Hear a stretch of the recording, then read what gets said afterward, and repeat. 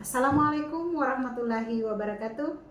Selamat pagi dan salam sejahtera bagi kita semua.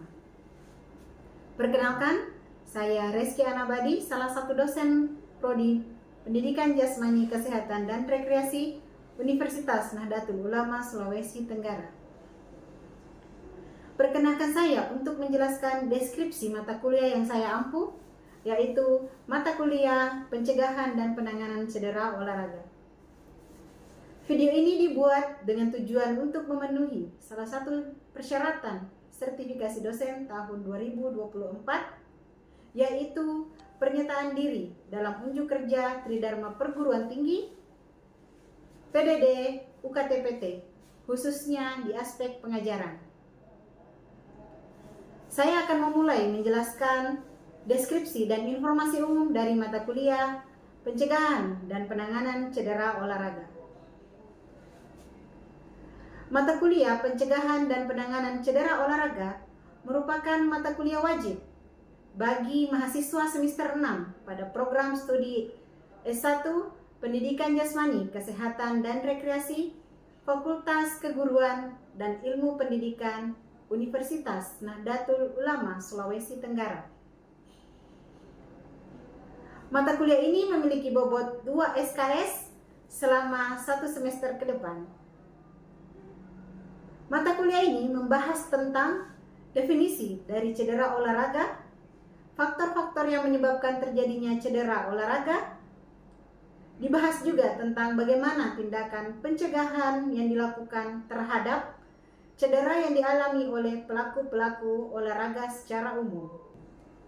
Terdapat pula penjelasan mengenai penanganan pertama pada kecelakaan atau sering disebut dengan P3K, khususnya pada lingkungan kegiatan-kegiatan olahraga. CPMK dalam mata kuliah ini ada 4. Yang pertama, menguasai konsep cedera dan cedera olahraga. Yang kedua, memahami dan mengenal secara mendalam tentang tindakan cedera olahraga. Yang ketiga, menjelaskan penyebab dan pencegahan pada cedera olahraga. Yang keempat, mampu menyampaikan informasi dan menunjukkan tata cara memberikan demonstrasi perawatan dan penanganan cedera pada olahraga. Metode pembelajaran yang saya gunakan dalam mata kuliah ini adalah problem basic learning melalui diskusi kelompok, penugasan individu, dan penarikan kesimpulan di akhir setiap pertemuan.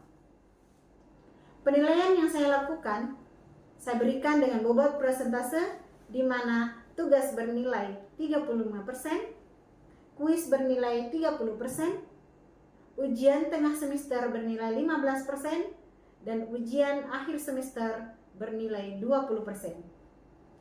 Demikian deskripsi singkat dari mata kuliah yang saya ampu pada semester ini. Selanjutnya kita saksikan bersama bagaimana video pembelajaran yang saya lakukan di dalam kelas. Sekian dan terima kasih. Bismillahirrahmanirrahim. Assalamualaikum warahmatullahi wabarakatuh. Waalaikumsalam warahmatullahi wabarakatuh. Bagaimana kabarnya hari ini? Baik. Alhamdulillah ya, sehat ya. Ini sudah pertemuan kedua, jadi sebelum kita mulai perkuliahan, saya harap ada yang pimpin doa terlebih dahulu. Silakan. Ana boleh, silakan. Assalamualaikum warahmatullahi wabarakatuh.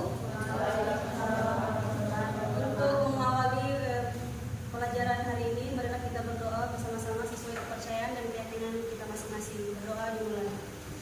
Berdoa selesai.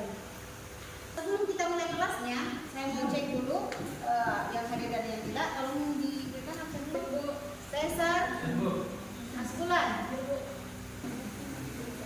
Oke, jadi ada beberapa orang yang tidak sempat hadir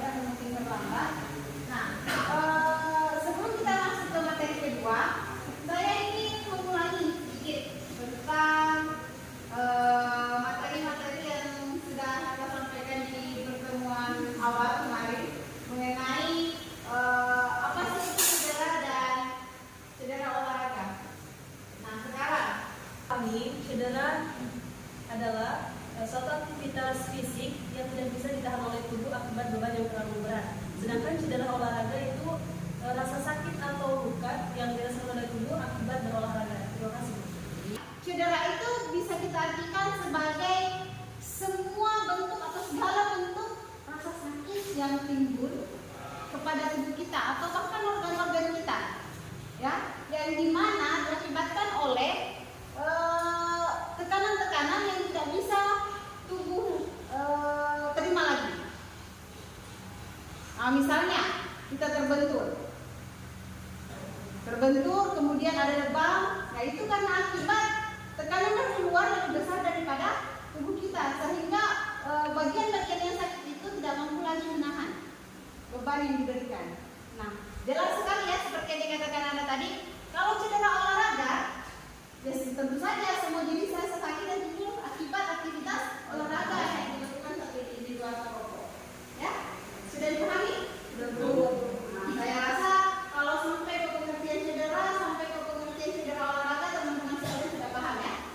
Nah, untuk pertemuan kedua ini kita akan membahas 4 pokok masalah. Nah, untuk membahas ini saya harap teman-teman bisa lebih paham lagi melalui pembagian kelompok diskusi. Nanti akan saya bagi 4 kelompok, 4 kelompok materi.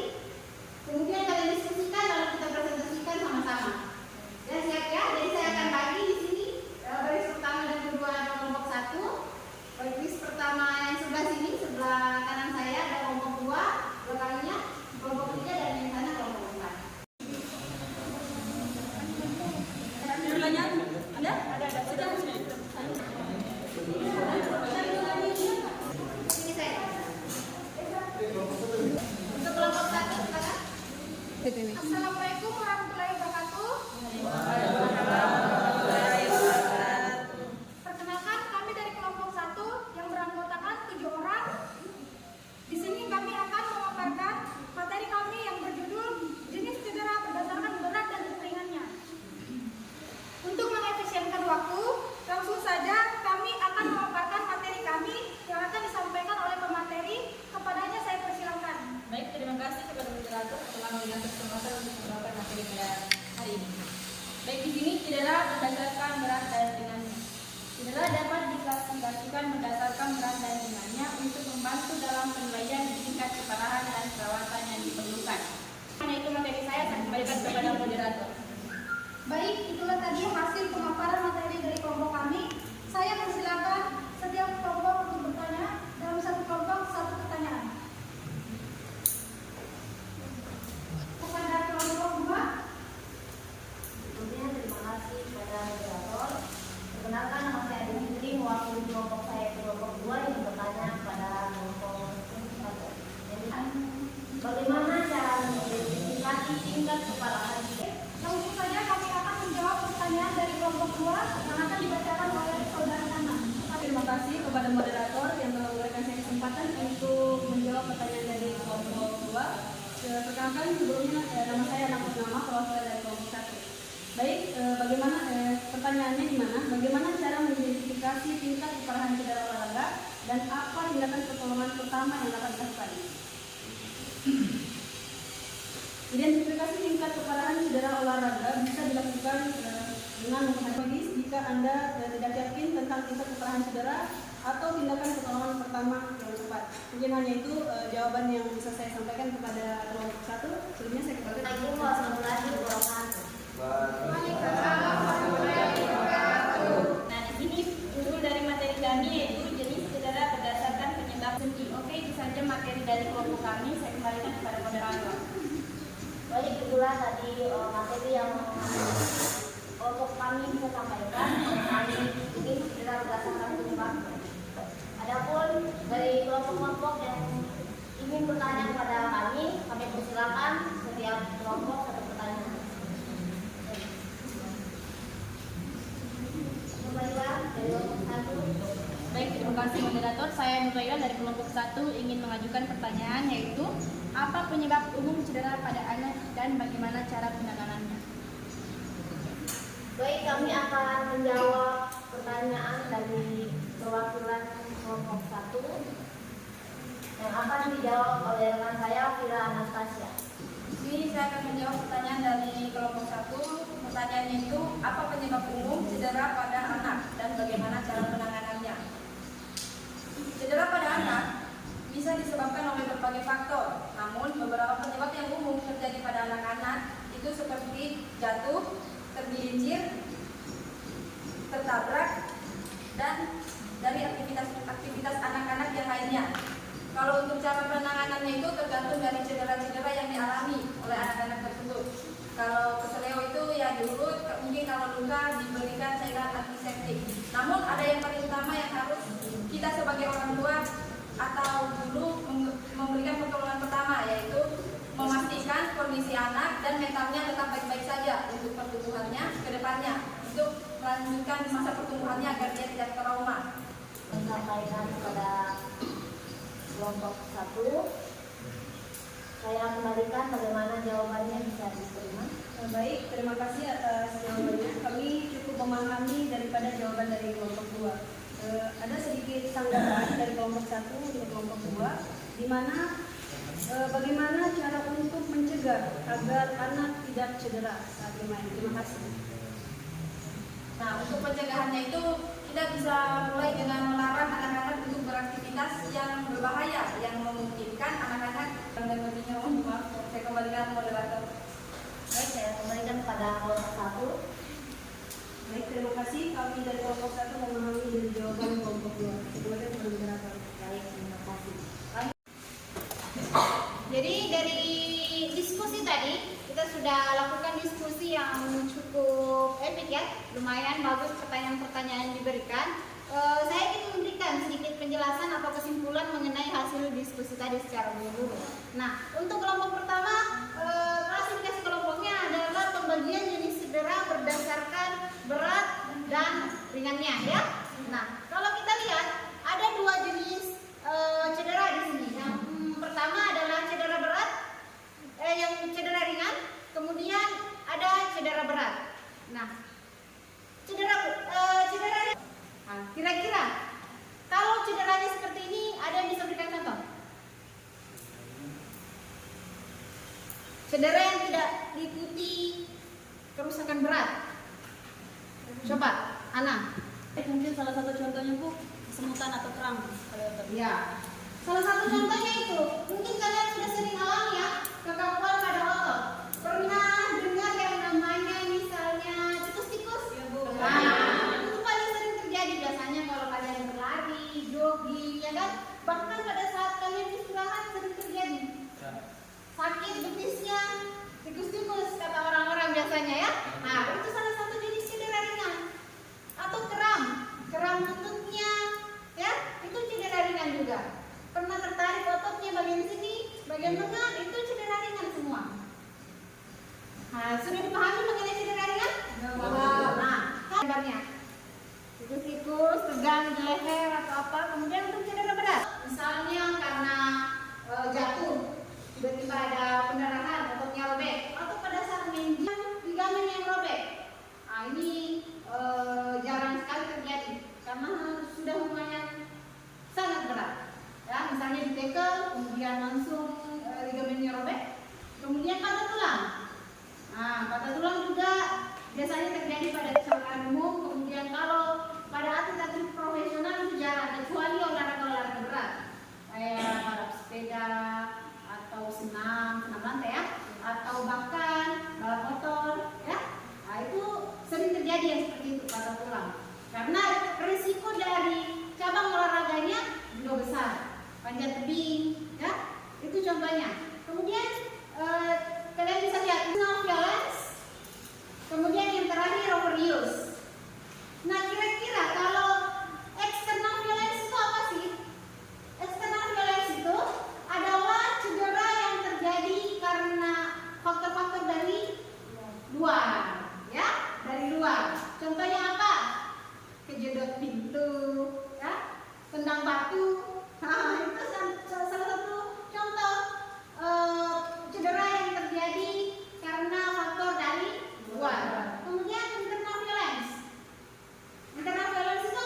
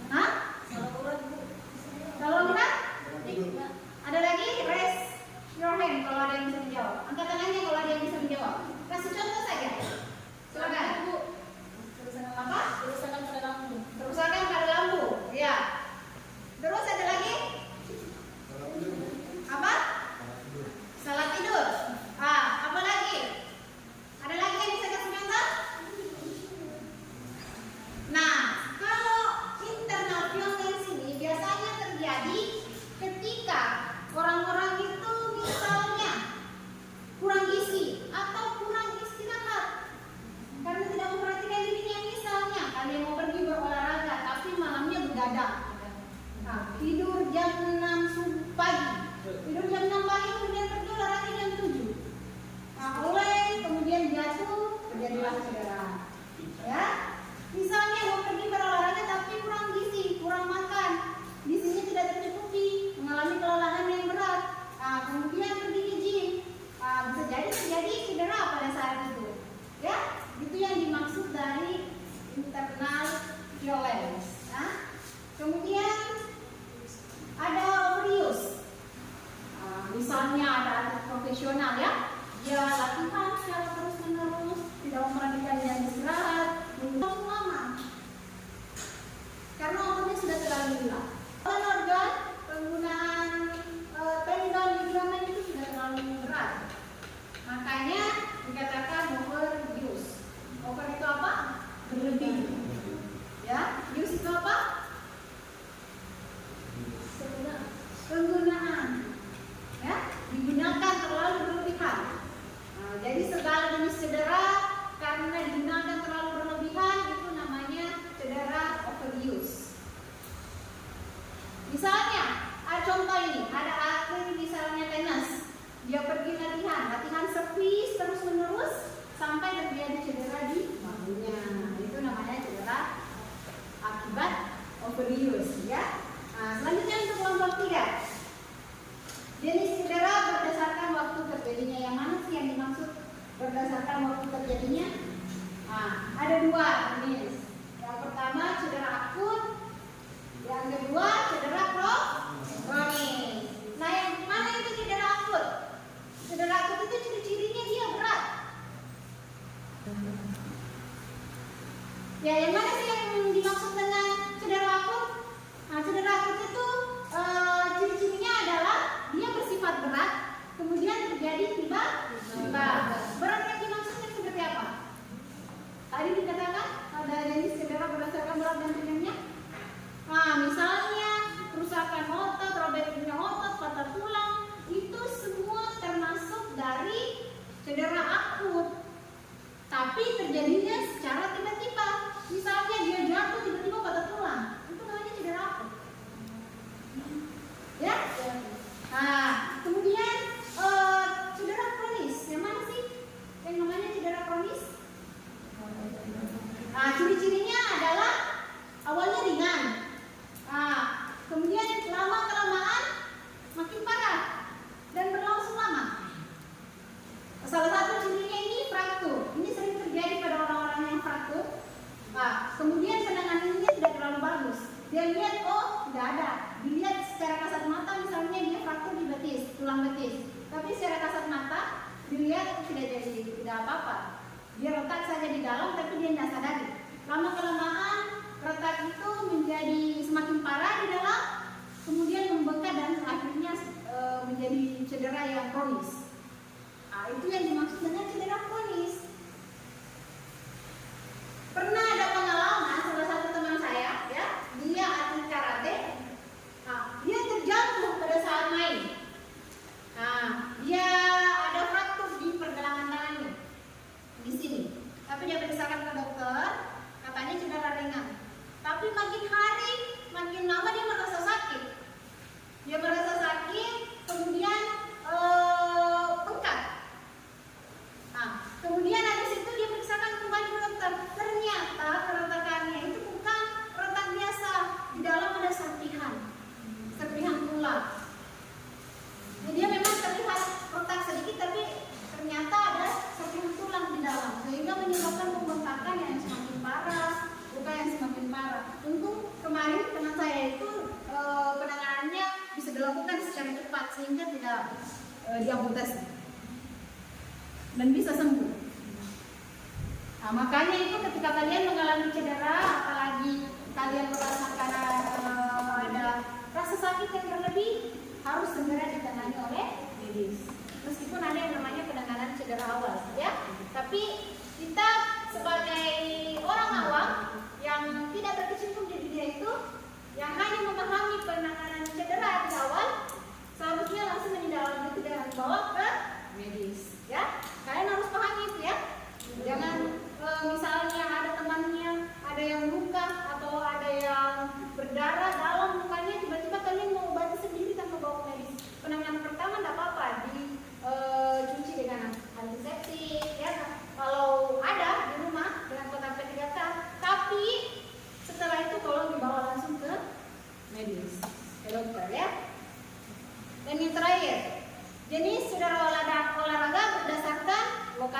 terjadinya. Nah, ini ada beberapa macam.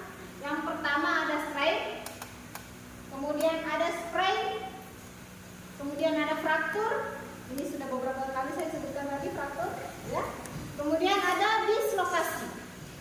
Nah, kalau strain kira-kira pernah dengar tidak kata strain? Strain dan sprain. Strain dan sprain. Belum? Nah, kalau strain itu terjadinya di otot, kayak keram otot. Nah, itu semuanya jadi saudara strain, ya. Nah, kemudian kalau sprain itu di ligamen. Tahu tidak itu yang namanya ligamen? Pernah lihat? Pernah lihat ligamen? Yang mana itu yang namanya ligamen, Ani? Dia berhubungan dengan otot. Ligamen itu penyambung antara sendi. Nah, jadi setiap sendi ini ada penyambungnya. Di daging sapi pernah lihat ada daging yang memanjang, tebal, susah sekali dipotong. Itu namanya ligamen. Ya. Kemudian fraktur. Nah, tadi saya sudah beberapa kali menyebutkan kata fraktur. Kira-kira fraktur itu terjadi di mana? Fraktur itu terjadinya di tulang, ya. Kalau ada istilah kedokteran, kira-kira dokter bilang, oh dia fraktur. Nah, itu namanya patah tulang. Nah, kemudian yang terakhir ada dislokasi. Dislokasi itu terjadi di mana? Nah, bersendian, ya, betul sekali ya. Dislokasi, Sendian bergeser. bergeser sendinya. Pergeseran sendi itu yang namanya dislokasi.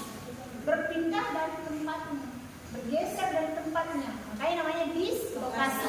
Nah, itu terjadinya di sendi, betul sekali ya. Jadi itu tadi jenis-jenis cedera berdasarkan waktu terjadi, berat ringan, kemudian lokasi terjadinya ya. Kita bisa lihat. Nah, ini tadi.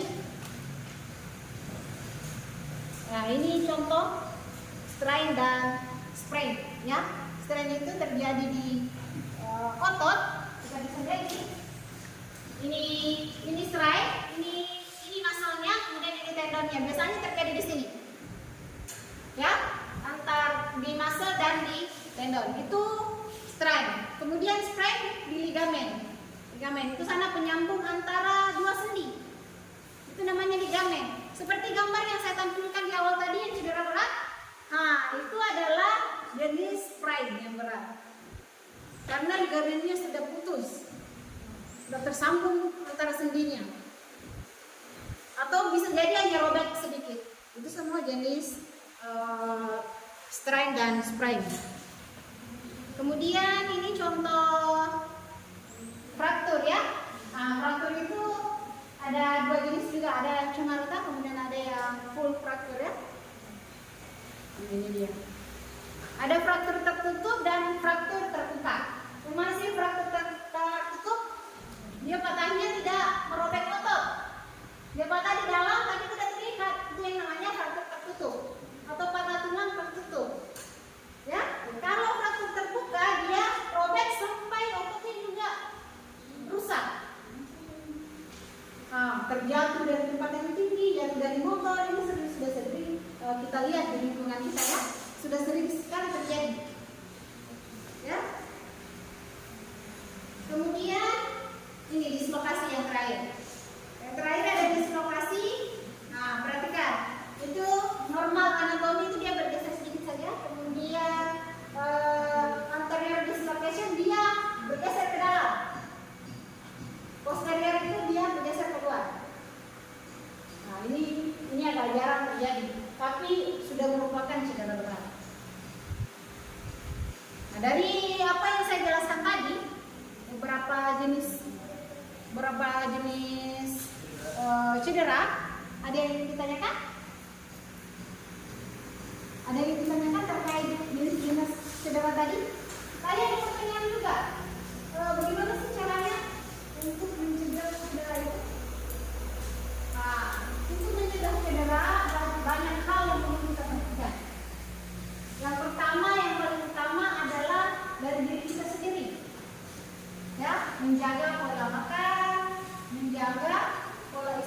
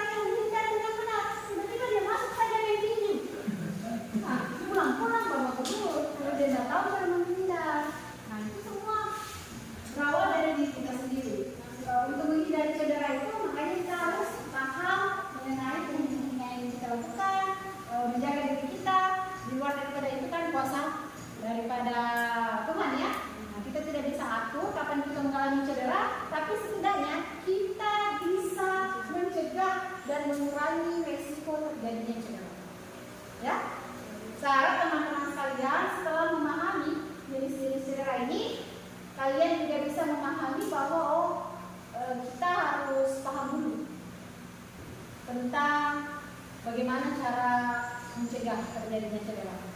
Untuk minggu depan